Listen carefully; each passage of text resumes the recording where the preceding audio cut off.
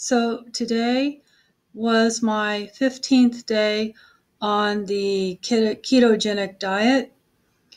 Um, so what happened was in the beginning, I lost a lot of water. I was actually getting dehydrated. I didn't even know it.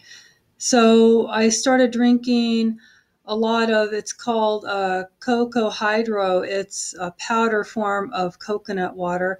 It's a sugar-free electrolyte. And I've been drinking a lot of that. And it seems like I've actually gained a few pounds back. So apparently I was probably very, very dehydrated. So, yeah, my weight is pretty stable. I'm not losing any more weight. And I still would like to lose a few more pounds of fat. So besides the dehydration, I got that taken care of.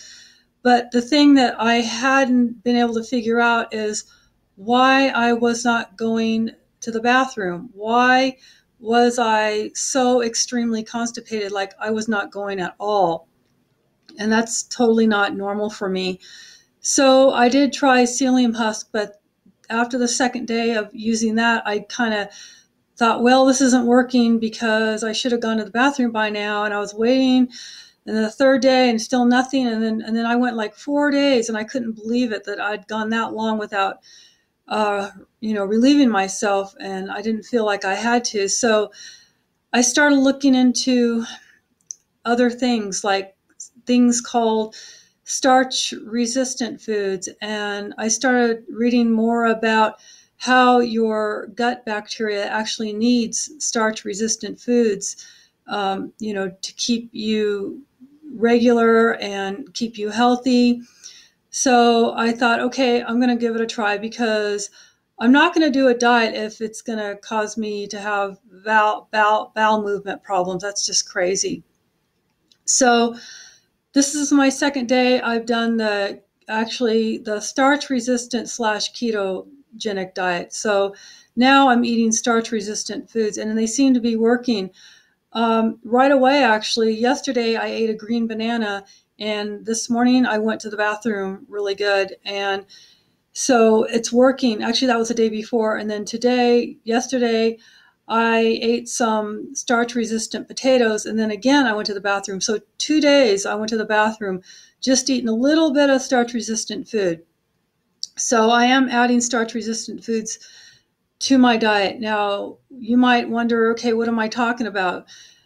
So I'll let you know that if you eat a banana before it starts to get sugary, like before it starts to turn yellow, it has no sugar and it has no carbs. So therefore, you can eat a green banana and not have to worry about your carbs or your sugars.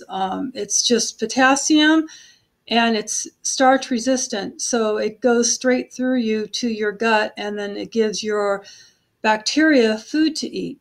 So, a lot of people might think, well, why not just eat probiotics? Why not just eat sauerkraut? Well, yeah, you're adding bacteria, but you're not feeding the old ones. You want to keep them around. You don't want to just, because you'd have to eat like pounds of that stuff. If you wanted to keep your gut flora healthy, that means you'd have to be eating like 4 or 5 pounds of sauerkraut a day. I mean, nobody can do that. So, it's easier and better if you just keep the old bacteria healthy, as long as you can, as long as they can, I don't know how long bacteria live, but, it's just good to keep them all very healthy and well fed. So I'm feeding my gut bacteria green bananas, and I'm feeding them starch resistant potatoes. And what I mean by that is you cook, well, actually you could eat the potato raw. That would be even better. That's the most starch resistant potatoes are raw, but I'm not going to eat raw potatoes. I hear they can be toxic, but besides that, they don't taste good. So what else you can do is you can cook them and then put them in the fridge, and they say 12 to 24 hours. So just to be on the safe side, I keep them in the fridge for a good 24 hours and eat them after they have been sitting in the fridge. And what that does is it um,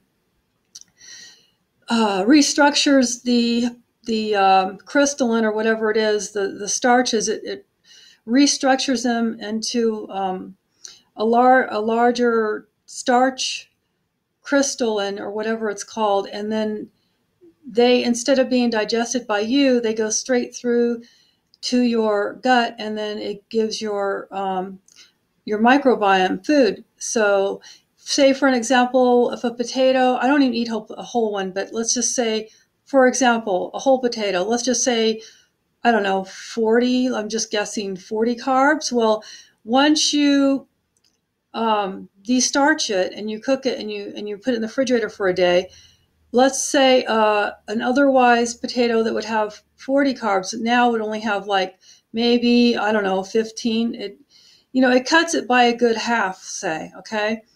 So that takes care of worrying about the carb, especially if you're not going to like eat them like all the time. You just have a little bit. Like, for example, I just had maybe, I don't know, like a little handful of, like I sauteed them in lard, but they were really good too.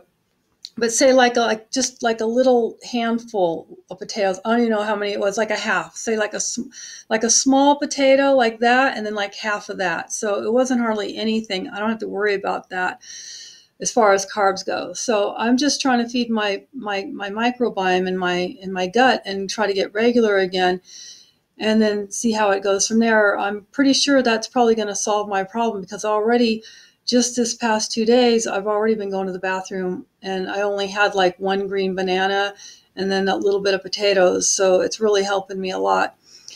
There's other things you can de-starch too, which I'm also going to try. For example, you can cook and refrigerate white rice, and that's a good, starch for your bacteria. I mean, there's so much to talk about on this subject that I could just go on for hours about it. But if you're interested and you want to look into this kind of diet, a lot of people lose a lot of weight on the starch resistant diet. And yeah, I may even just switch over to a total starch resistant diet, just depending on how things go. I really do like the high fat keto diet, but again, the only problem with that one is I'm not going to the bathroom on that. So I got to do something different. So yeah, I'm trying the starch resistant diet. So if you're interested, you can Google starch resistant food or starch resistant diet and really look into it and read up on it. It's very interesting, and I'm just surprised that more people don't know about it. So yeah, you need to feed your gut flora. Otherwise, you can get leaky gut, and you can get sick without good bacteria in your stomach. That's what keeps us healthy.